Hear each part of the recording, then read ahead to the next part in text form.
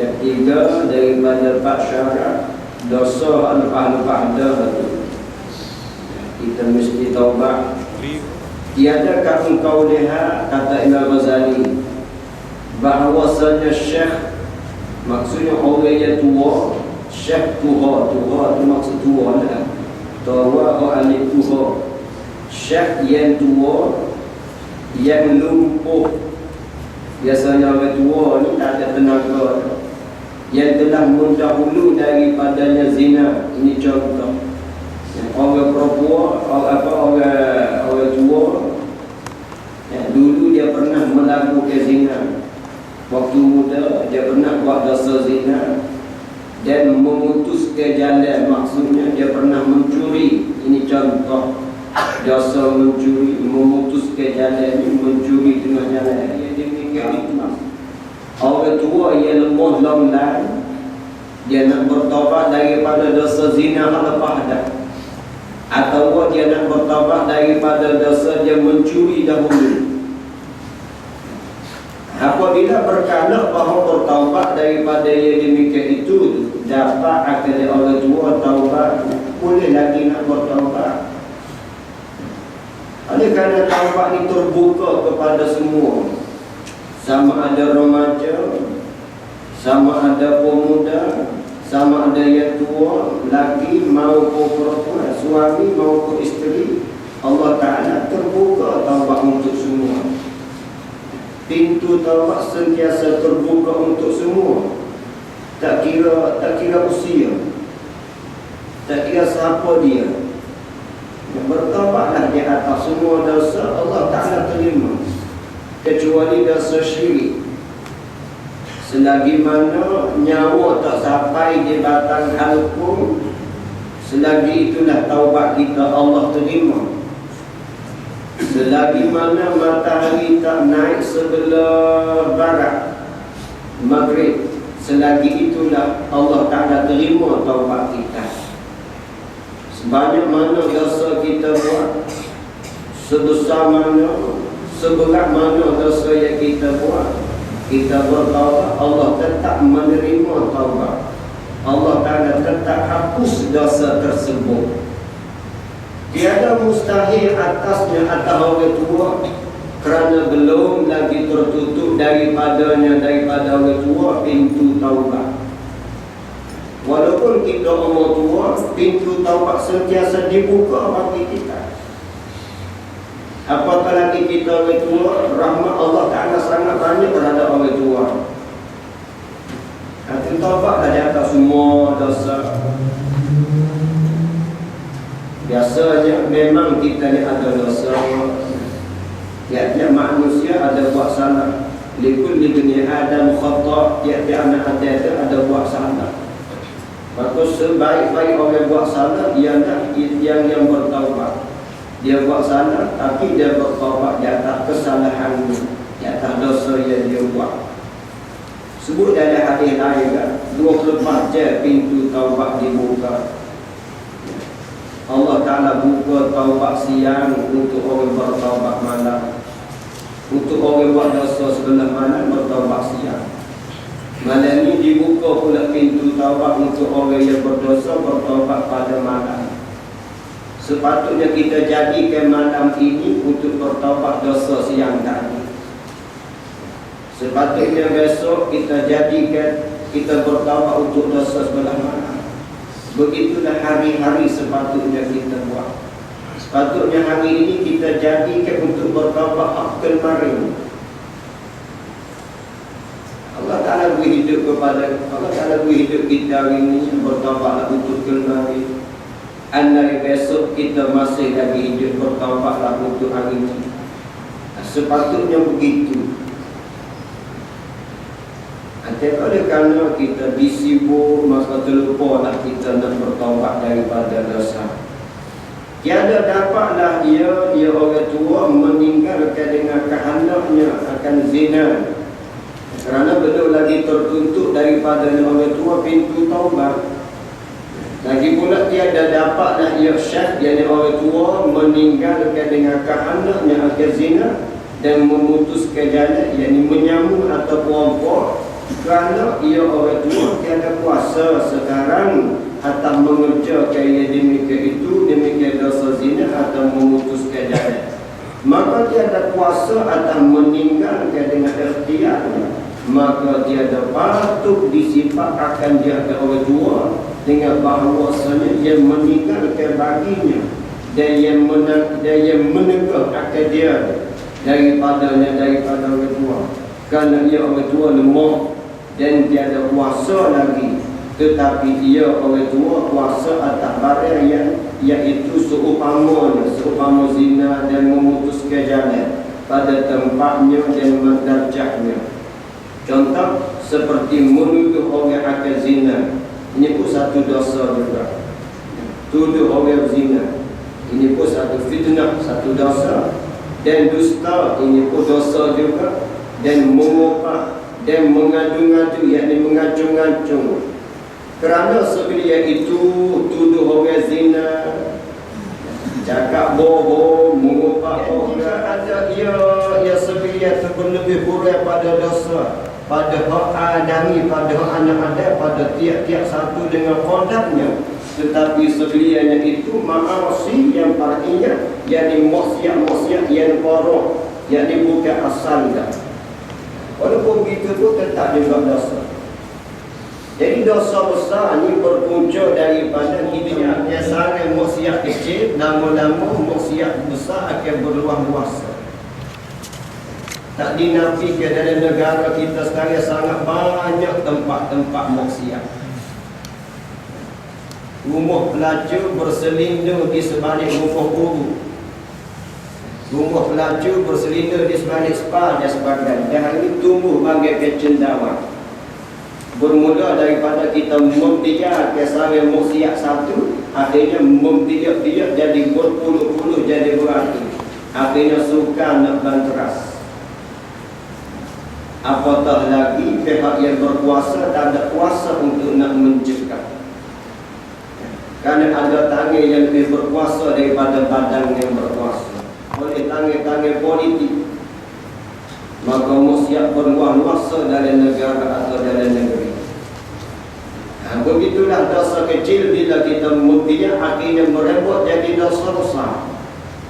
Sebagaimana kata ulama, innal jibala minal hasadi. Sesungguhnya bukit besar berpunca daripada batu-batu yang kecil. Gunung yang besar bermula daripada batu yang kecil.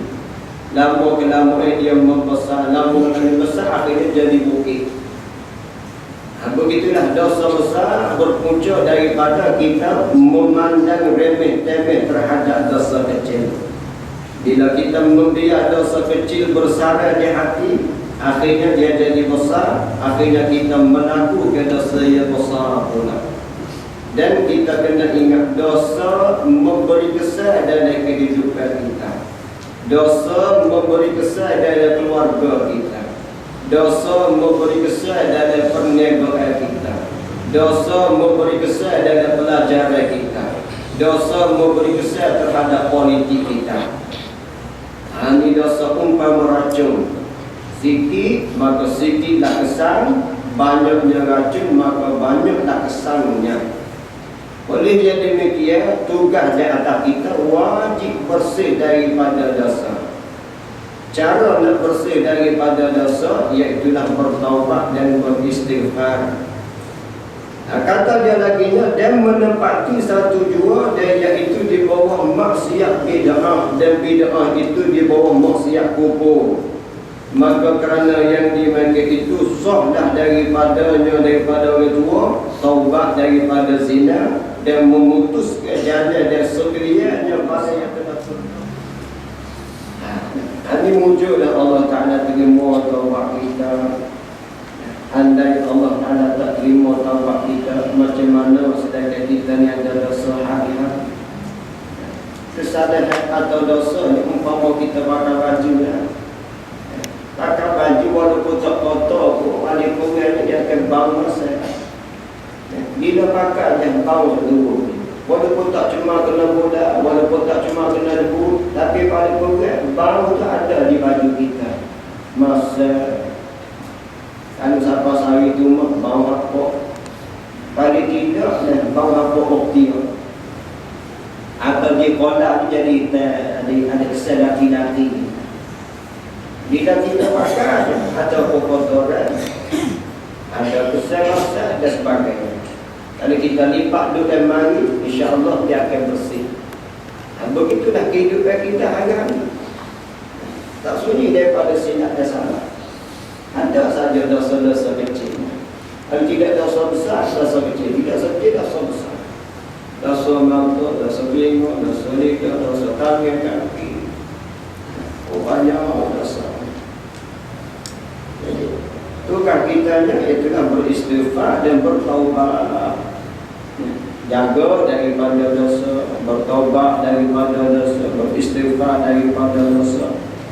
Dan keempat akhir sekali daripada syarat-syarat taubat nasuha. Jadi kita tinggal dosa, kita bertaubat, kita berubah dengan kehendak kita. Bukan kerana pasal orang, bukan kerana itu, kerana tidak. Jadi kita tinggal dosa ni kerana kehendak kita, pilihan hati kita. Sudah sampai dah masa aku berhenti daripada maksiat. Sampai dah masa aku nak berubah dalam kehidupan. Sebab apa kita meninggal kerana membesarkan bagi Allah Azza wa Jalla. Kita tinggal dosa, kita bertaubat daripada maksiat kerana membesarkan bagi Allah. Kerana hakikat kita buat maksiat lawan Allah. Kita bukan lawan Nabi, bukan lawan ustaz, bukan lawan ulama, bukan lawan penceramah, bukan lawan pendakwah, bukan lawan kita, lawan Allah. Karena yang menegur kita daripada maksiat ialah Allah. Yang melarang kita daripada buat perkara haram ialah Allah. Bila kita buat juga bermakna kita lawan Allah. Sekarang kita bertaubat, berhenti daripada dosa, kita menyesal pun kerana Allah. Dan kerana memelihara daripada murkanya murka Allah. Kita bertaubat daripada dosa, kita tinggal maksiat kerana nak jaga daripada murka Allah dan pada seksanya seksa Allah semata-mata, yakni kerana Allah semata. Bukan kerana tua, bukan kerana malu, bukan kerana kerana Allah. Bukan kerana takut bagi dunia atau bukan kerana takut gugur daripada manusia. Hanya lillahi ta'ala.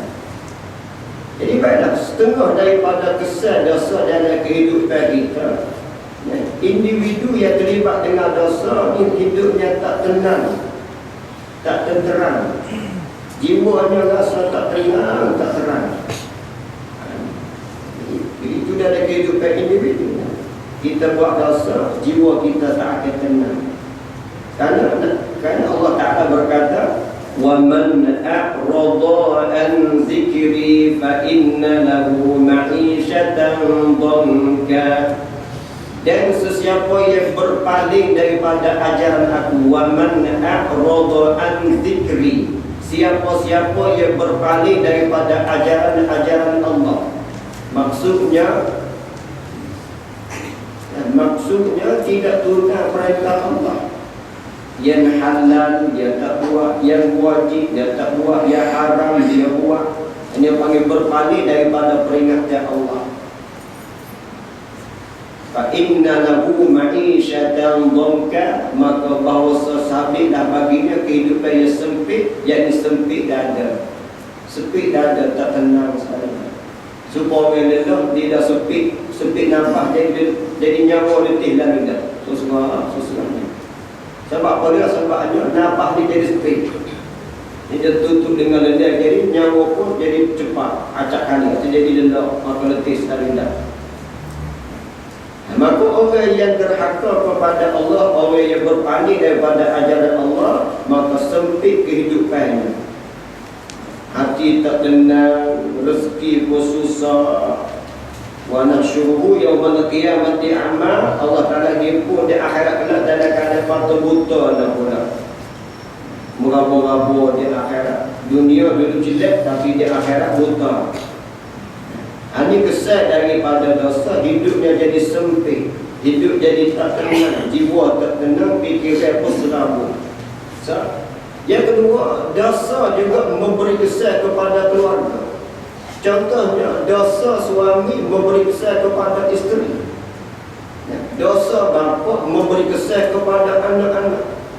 Bukan dosa kita juga memberi kesan kepada binatang-binatang ternak kita. Memberi kesan bukanlah bermakna dosa suami isteri tanggung. Isteri tak tanggung dosa suami. Anak tak tanggung dosa bapa. Binatang tak tanggung dosa tuannya. Memberi kesan maknanya bila suami buat dosa, isteri ini akan jadi satu semua macam-macam, satu benda tak kena dalam rumah tangga. Contohnya bila suami dicuri, ada main dengan tina lain, ada hubungan sudah dengan tina lain, isteri kat rumah ni akan timbul jadi macam satu benda tak kena dalam rumah tangga. Dia tengok suami nampak lain macam, nampak sibuk, tak ada masa, tak cukup kasih sayang. Akhirnya isteri jadi botok sekali, jadi berubah perangai. Sebab apa? Kesan daripada dosa suami buat benda haram dalam rumah tangga. Atau suami ni main judi, atau suami ni minum, akhirnya isteri kat rumah ni ada kesan-kesan jadi nak marah dah. Apa suami balik lambat, balik-balik pula dengan nak marah, bekel pomuk, akhirnya isteri pun jadi bekel pomuk nak marah juga. Ini kesan daripada dosa suami pergi kepada bukan gila tetapi pergi kehidupan. Begitu juga bapa, bila bapa dia buat dosa, dia kesan kepada anak. Contoh, kalau bapa dia tak semaya, satu dosa, dia akan pergi kepada anak. Anak bila tengok pak tak semaya, anak akan tak semaya juga. Kesan daripada tak semaya, anak dia degil, jawab mundur, lawan cakap, lawan bangat, tak dengar kata degil malah dan sebagainya. Itu kesan keburukan pergi kepada anak. Apa tak kalau bapak dia judi, bapak ni ada tina, si panel dan sebagainya, anak pakai jadi tiru bangang itu juga. Jadi pak tu kepala Allah, apalah anak pun diberi kerana sedangkan kita dulu buat salah dengan Allah, maka kesan di kepada rumah tangga. Suka juga binatang. Sebagaimana salaf orang dulu, dia tengok binatang. Satu hari tiba-tiba binatang tak seumuh bagai dia. Bila letak bagai, dia gelepar. Letak bagai, dia gelepar. Tak semua letak tak belakang. Maka dia sedar bahawa dia ni ada buat dosa tadi, sehingga binatang pun tak sanggup nak berkongsi dengan orang yang berdosa kepada Allah. Ini telah diakui oleh orang-orang dahulu. Dia kata, bila aku buat dosa, aku tengok bini aku ni bukan lain. Bila aku buat dosa, anak aku ni bukan balas lain. Bila aku buat dosa, binatang aku pegang ni jadi bukan lain. Bila dia sedar, dia berubah akhirnya bini pun berubah juga, anak pun jadi berubah, binatang pun jadi jurus dari dia. Sampai tanggal itu, kesan benda-benda maknawi ini kita tak tahu, tapi itulah puncanya dan hakikatnya. Itulah kita kena kembali muhasabah diri kita, mana silap kita dengan Allah, mana dosa kita kepada Allah, sehingga keluarga kita dan rumah tangga kita tidak ada kesan juga. Begitu juga kesan dosa terhadap pelajar. Kita sebagai pelajar tengah mengaji agama, kalau kita ada buat dosa, jadi payah kita nak faham setiap ilmu yang ustaz ajar kepada kita. Kalau orang ngapal Quran, bila ada buat dosa, payah nak ingat hafalannya. Sebab Imam Syafi'i satu hari rahimahullah ta'ala, yang ngapal tibanya payah nak ingat. Ngapa tak ingat? Ngapa? Selama kini ngapa ingat sekali dah. Ibn Syafi'i belat kita terletak dalam hati kita, punya hebatnya hati dia. Satu hari ngapa tak ingat, dia mengadu kepada tuku namanya Al-Waqid. Syakautu ilal Waqid su'a nafsi.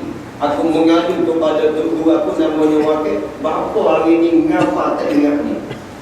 Maka tu kata fa'arsyadani ila tarkil ma'asi. Maka tu guru aku ni nasihat kepadaku, mu kena tinggal dosa. Li'annal ilma nurun wa nurullah la yahdi li'asi. Kerana masa ilmu mengapa itu cahaya, maka cahaya tak akan masuk dalam hati orang yang derhaka kepada Allah. Ilmu ni cahaya. Maka cahaya tak akan masuk dalam hati hamba-hamba yang ada dosa kepada Allah. Maka Imam Syafi'i pun cari apa kesan dia tanya mak dia kena apa kan? Mak dia beri susu air kambing, kambing ni makan tanah perawat tu, jak kambing dia bukan direct dah. Sidak sipi dia. Oh gelas selalu dah. Ni hati payah nak faham. Kita sebagai peniaga kesan juga bila kita ada dosa. Kesannya payah nak laku. Bila kita berniaga payah nak laku, pelanggan kurang, pelanggan tak masuk, jangan itu kena cari apa kesalahan kita. Mungkin kita menipu, kita tak betul sukatan, tak betul timbangan, tak menepati masa dan sebagainya. Allah Ta'ala belok selalu rezeki kita. Atau ustaz orang kafir, orang tak semaya tu murah-murah rezeki tu, jangan kita banding dengan dia. Apa guna rezeki tambun-tambun tapi tak berkah?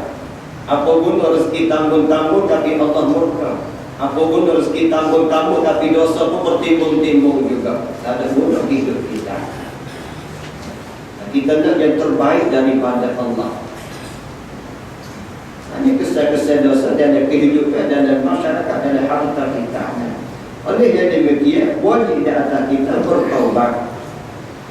Hanya dengan kita bertaubat kerana Allah, kita taubat kerana takut murka Allah dan pada seksanya semata-mata, bukan kerana takut bagi dunia atau kerana takut gugur daripada manusia atau dituntut dipuji atau berkehendak sebut daripada orang banyak dah. Kita bertaubat lillahi ta'ala atau mubarak daripada yang demikian itu. Maka inilah segala empat syarat ni, syarat taubat dan rukunnya rukun taubat. Itu rukun taubat. Kalau ada semaya qadha, kita qadha. Kita tu boleh rejak sekarang hari ni masuk ke rejak dah. Sehingga ada kata-kata ulama yang masyhur, bukan hadis. Ini bukan hadis, dah kata-kata ulama. Kalau hadis pun hadis palsu. Kata-kata ulama, rejak bulan Allah, Sya'ban bulan Muhammad, Ramadan bulan Umar. Ada lagi ulama kata rejak bulan menyuci tubuh badan daripada semua dosa. Sya'ban nanti bulan menyuci hati daripada sifat mazmumah. Ramadan nanti bulan menyuci roh. Ada juga ulama kata rejak bulan menabur benih. Sya'ban menyiram benih. Ramadan menuai benih. Ada lagi ulama kata rejak umpama angin yang bertiup sepoi. Maksudnya sejuk bila angin. Sya'ban umpama awan yang mendung nak turun hujan. Ramadan umpama hujan mencurah-curah. Maknanya mulianya pada rejak yang kita ada sekarang. Jika bagi kita memperbanyakkan ibadat sunat seperti puasa, selawat, istighfar rejak, zikir, sedekah, baca Quran, ini persiapan awal sebelum tibanya Ramadan. Jangan kita tunggu Ramadan baru nak ubah. Ubahlah sekarang untuk sambut Ramadan akan datang. Ada ambillah kesempatan bulan yang mulia, kita mendekatkan diri dengan masjid, istiqamah dengan semaya jamaah. Maka apabila hasil dan sempurnalah baginya bagi hamba, maka iaitulah taubat sebenarnya. Bila kita laksana 4 syarat tadi, itulah sebenar-benar taubat, lagi sadiq, lagi yang benar. Itulah taubat nasuha yang Allah Ta'ala sebut, tubu ilallahi taubatan nasuha. Sadiq maksudnya benar, sadiq dah ia pada taubat, maksudnya benar pada taubat. Dan adapun yang mendahulu daripada taubat itu, maka iaitu 3 perkara. Baiklah. Ini di sini Imam Ghazali rahimahullah ta'ala nak beritahu kepada kita kunci untuk kita bertaubat. Rahsia kekuatan untuk kita bertaubat ada 3 perkara. Biasa kita nak taubat, kita tahu dosa, kita tahu kesan dosa, tapi apa tak ada kekuatan kita nak bertaubat. Gapo dia? Apa kekuatan untuk kita mencetuskan semangat dan bertaubat? Kata dia 3 perkara. Pertama, menyebutkan sehingga jahat dosanya dosa hamba. Kita kena ingat dosa ni sangat keji dalam kehidupan kita. Kedua, menyebut dia sangat seksanya Allah Ta'ala akan hamba yang berdosa, dan amat pedih murkanya murka Allah dan marahnya marah Allah kepada hamba-hamba yang berdosa. Buktinya adalah faktanya nyata. Tengoklah umat-umat dulu yang derhaka kepada Allah. Kau Nabi Lut mengamalkan gay atau laki sama laki, Tuhan murka atas dunia, balik pun jadi batu. Begitu juga kaum dulu, umat-umat Nabi dulu yang derhaka kepada Allah, semua Tuhan balas atas dunia lagi dah. Sebab aku murka. Murka ialah Tuhan turun balas. Aku nak kata murka Tuhan atas dosa yang kita buat, dan marahnya Allah tiada kuasa bagimu dengan dia, dengan marah Allah. Sudah tentu kita tak kuasa nak menghadapi kemurkaan Allah. Salah satu puncanya kita ni sibuk ni. Orang tak ada bini sibuk, orang ada bini tak ada anak sibuk, orang ada anak sibuk, cuti sekolah atau tak cuti sekolah, sibuk manusia ni sibuk. Mana ni kita fikir dah nak buat lepas Isya nanti. Kalau lepas Isya ni fikir dah nak buat pagi esok. Pagi esok dia fikir dah nak buat lepas Zuhur. Lepas Zuhur tu fikir dah nak buat lepas Asar. Lepas Asar tu duduk nanti nak buat lepas Maghrib Nabi sana. Itulah semua kita. Otak dia berjalan sama. Buti-buti dah tidur. Tidur tu pun dah buti. Bila tidur, kaki pun buti, otak pun buti, mata pun buti, tangan pun buti, kereta pun buti. Bila tidur ni, sedar pagi esok berubah lalu dah ada saja tidur ni. Bila sibuk ni kita lupa kepada Allah, kita lupa nak bertaubat. Oleh kerana sibuk dah kita jadi lupa nak bertaubat di atas dosa-dosa kita, lupa kita kepada Allah. Tak sepatutnya kita lupa kepada Allah walaupun sibuk-sibuklah, tapi Allah jangan kita lupa. Sibuk-sibuklah, tapi taubat jangan lupa kita bertaubat. Buatlah hubungan kita dengan Allah supaya Allah kasih kepada kita. Bertaubatlah kita daripada dosa supaya Allah kasih kepada kita. Dan dosa ni umpama hutang. Sebagaimana hutang wajib bayar, maka dosa ni pun wajib taubat. Hutang wajib bayar walaupun Tuhan tak minta. Begitulah dosa wajib bertaubat. Apatah lagi Tuhan minta nak kita ni bertaubat, lagi-lagi nak kita kena bertaubat. Ketiganya rahsia kekuatan supaya kita bertaubat, menyebutkan dhaifmu dan lemahmu dan sedikit helahmu. Pada demikian itu demikian dosa. Ketiga, kita kena ingat hakikat diri kita ni hamba yang lemah. Dhaif kita, dhaif dengan lemah tu tularlah. Dan sedikit helahmu pada yang demikian itu. Kita nak helah dengan Tuhan balas mana di akhirat. Kita nak jawab dengan Tuhan balas mana di akhirat. Nak jawab tak ada masa, tak cukup masa, tak ada sama. Tapi 24 jam sedang molek. Dengan hidup kita berpuluh-puluh tahun tak ada masa lagi. 24 jam tak ada masa kita nak beribadat, tak ada masa kita nak bertaubat. Maka bahwasanya orang yang tiada kuasa menanggung panas matahari, kita nak sari dua dia Allah panas matilah, pukul 12 ni panas, semaya Zuhur juga panas. Panas matahari dunia ni pun kita tak kuasa nak tanggung. Naknya cari bayar, naknya duduk dalam ekor, naknya duduk pak teduh. Tak kuasanya kita panas di dunia, bayangkanlah panas di akhirat. Kalau Tuhan rendah lagi matahari di dunia ni, Allah terbakarlah kulit kita, keringan.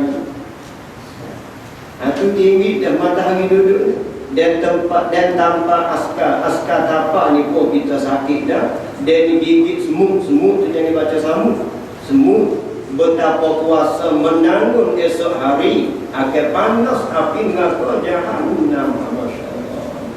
Panas matahari dunia ni pun kita tak kuasa nak tanggung. Allah nak pergi anak sekolah bermutu panas, siapa tengok dia kereta berabu tak apa, tak kuasa panas. Kata macam ni, tak berasa panas mereka tebal. Kita tebal, kita nak butuh Tuhan Allah. Duduk rumah nak bagi sembahyang zuhur, nak butuh hijab atau panas. Dia kalau faham je. Apa masjid sejuk, terus masjid panas. Itu dunia baru. Bayangkanlah panas api neraka. Panas matahari daripada masyarakat berganda-ganda. Apatah lagi panas dari api neraka. Dan pukul dengan pemukul malaikat zamaniyah. Ini lagi dahsyat. Tangan kita kepit pintu kereta ni pun nak menyumpuk, nak marah dan Allah. Kita suri rumah, suri dapur, isteri siap dapur, siap bawa kapal, teriris pisah sebentar. Allah sakit. Dan lalu kau bila mau wudu pula, Allah pasir kau sakit. Pentingnya kena salimah tu tak pentingnya ngingin Allah penting. Walau lupa sikit je. Itu dunia pun kita tak mampu nak tanggung kesakitan, kepedihan. Bayanglah pukul dan melekat dalam kubur. Dan gigi ular dalam kubur. Dan kalau dalam kubur, ular sama seperti batang leher unta yang amat besar. Dan kalau akhirat, kalau punya besar di akhirat hendak seperti barang yang dijadikan daripada api neraka. Ular mari daripada api neraka, kalau degil pun mari daripada api neraka. Pada negeri kebinasaan dan murkanya Allah ada akhirat hendak. Bila hati kita mikir sesa-sesa di akhirat, insya-Allah rasa semangat kita nak berkorban.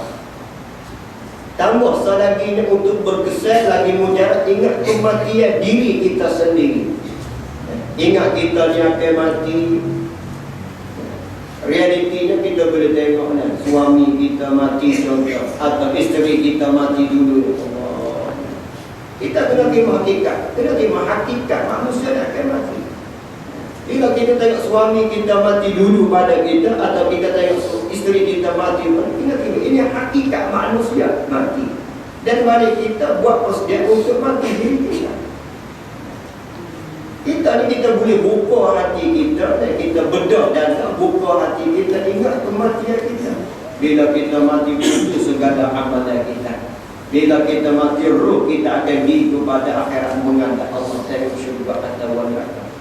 Bila kita mati sampai masa orang akan mandi kita, orang akan hafal kita, orang akan semaya kita, orang akan usul di kubur kita, orang akan kabur kita dalam kubur.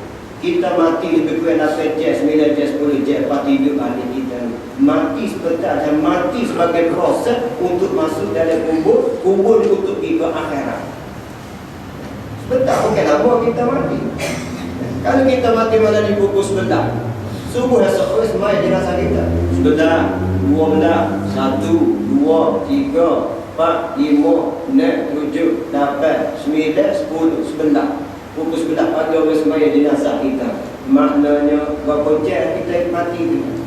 13 jam, bukan begitu je. Bukan 13 jam dah kita mati. Kalau orang semai lepas subuh selalu, berapa jam dah kita mati? Masuk kubur kita hidup copak kali. Kena soal, kena siasat, kena tanya kalau baik, seronok, kalau celaka, sesatlah kita. Ini bila kita memikir kematian kita, jadi semangat kita nak bertaubat, semangat kita nak beribadat, semangat kita nak buat kebajikan, semangat kita nak bersedekah. Atau kesan daripada ingat kematian, semangat kita nak beribadat dan nak bertaubat. Kata Imam Ghazalinya kami dan berlindunglah kami dengan Allah daripada murka Allah dan seksa-Nya Allah terhadap dosa-dosa kita buat. Wala hasilnya sebagai permulaan, sebagai mukaddimah, perbanyakkanlah istighfar. Basuh lidah kita dengan istighfar. Bangunlah mana-mana mengadu kepada Allah, mengadu kepada Allah, bertaubat di atas dosa sesatnya. Mudah-mudahan Allah Ta'ala terima taubat kita, maka bersihlah kita daripada dosa. Allah terima taubat, maka bersihlah kita daripada dosa. Seandainya Allah tak terima, maka kotorlah kita dengan dosa. Habis di situ, maka apabila kamu mengekali atas segala perkara ini, wallahu a'lam. Wa 'allamna ma yanfa'una